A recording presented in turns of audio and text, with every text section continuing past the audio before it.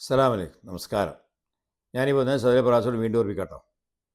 കുറേ ആളുകൾ വിളിച്ച് ചോദിക്കുന്നു, ഞങ്ങളുടെ മൊബൈൽ നമ്പറിലേക്ക് അപ്ഷറിലേക്ക് ഇങ്ങനെ മെസ്സേജ് വരിക. പൈസ അടക്കാനായിട്ടുള്ള മെസ്സേജ് വരുന്നുണ്ട്. STC ന്നുണ്ട്, മൊബൈലിൽ നിന്ന് ചെയ്യുന്നുണ്ട്. ചിലപ്പോൾ അവർ കോളും ചെയ്യുന്നുണ്ട്, പൈസ അടക്കണം, അതാണ് ഇതാണ്. എനിക്ക് പറയാനുള്ളത്, നിങ്ങളുടെ മൊബൈൽ നമ്പറിലേക്ക് വരുന്നത് നിങ്ങൾ നോക്കണ്ട. നിങ്ങളെ ആ ഇക്കാം നമ്പർമേലാണോ എന്ന് മാത്രം നോക്കിയാൽ മതി. കാരണം ഈ മെസ്സേജും ഈ കോളും വരുന്നത് എന്താ വെച്ചാൽ, നിങ്ങളെ ഈ സിം കാർഡ് മറ്റൊരാൾ ഉപയോഗിച്ചതായിരിക്കും. ആ ഉപയോഗിച്ചിരുന്ന ആൾ മുമ്പ് ഏതെങ്കിലും വൈഫൈയോ പോസ്റ്റ്പെയ്ഡ് സിമ്മോ അല്ലെങ്കിൽ എന്തെങ്കിലും ഇൻസ്റ്റാൾമെൻറ്റിന് അവിടുന്ന് മൊബൈൽ എന്തോ വാങ്ങിയവരായിരിക്കും. അതുകൊണ്ടാണ് അവർ അതിലേക്ക് മെസ്സേജ് വിടുന്നതും കോൾ ചെയ്യുന്നതും. അപ്പോൾ നിങ്ങളുടേതല്ലെങ്കിൽ നിങ്ങൾ ഇക്കാമ നമ്പറാണ് മാത്രം ചെക്ക് ചെയ്യുക, ഫോൺ നമ്പർ നോക്കണ്ട.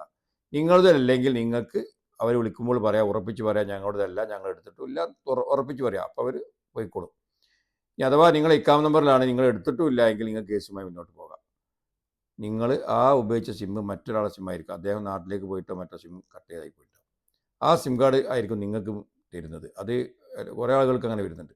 അപ്പോൾ അതുകൊണ്ടാണ് അതിലേക്ക് മെസ്സേജ് വരുന്നതും കോൾ വരുന്നതും. നിങ്ങളുടെ അക്കൗണ്ട് നമ്പറിലുള്ള കേസാണെങ്കിൽ പൈസ അടക്കാണെങ്കിൽ മാത്രം നിങ്ങൾ അടച്ചാൽ മതി. അല്ലാത്ത പക്ഷം നിങ്ങൾ ബേജാറാവേണ്ട. നിങ്ങൾ സിമ്മിലേക്ക് വരുന്നത് നിങ്ങൾ നോക്കണ്ട. കോൾ ചെയ്യുമ്പോൾ അവരോട് പറയാം, ഞാനത് സിം എടുത്തിട്ടില്ല, എൻ്റെ അല്ല, അത് എനിക്ക് പുതിയ സിം എടുത്തതെന്ന് പറയാം. മറക്കണ്ട. എന്ത് സംശയം കൊടുക്കാം. അസ്സലാമു അലൈക്കും.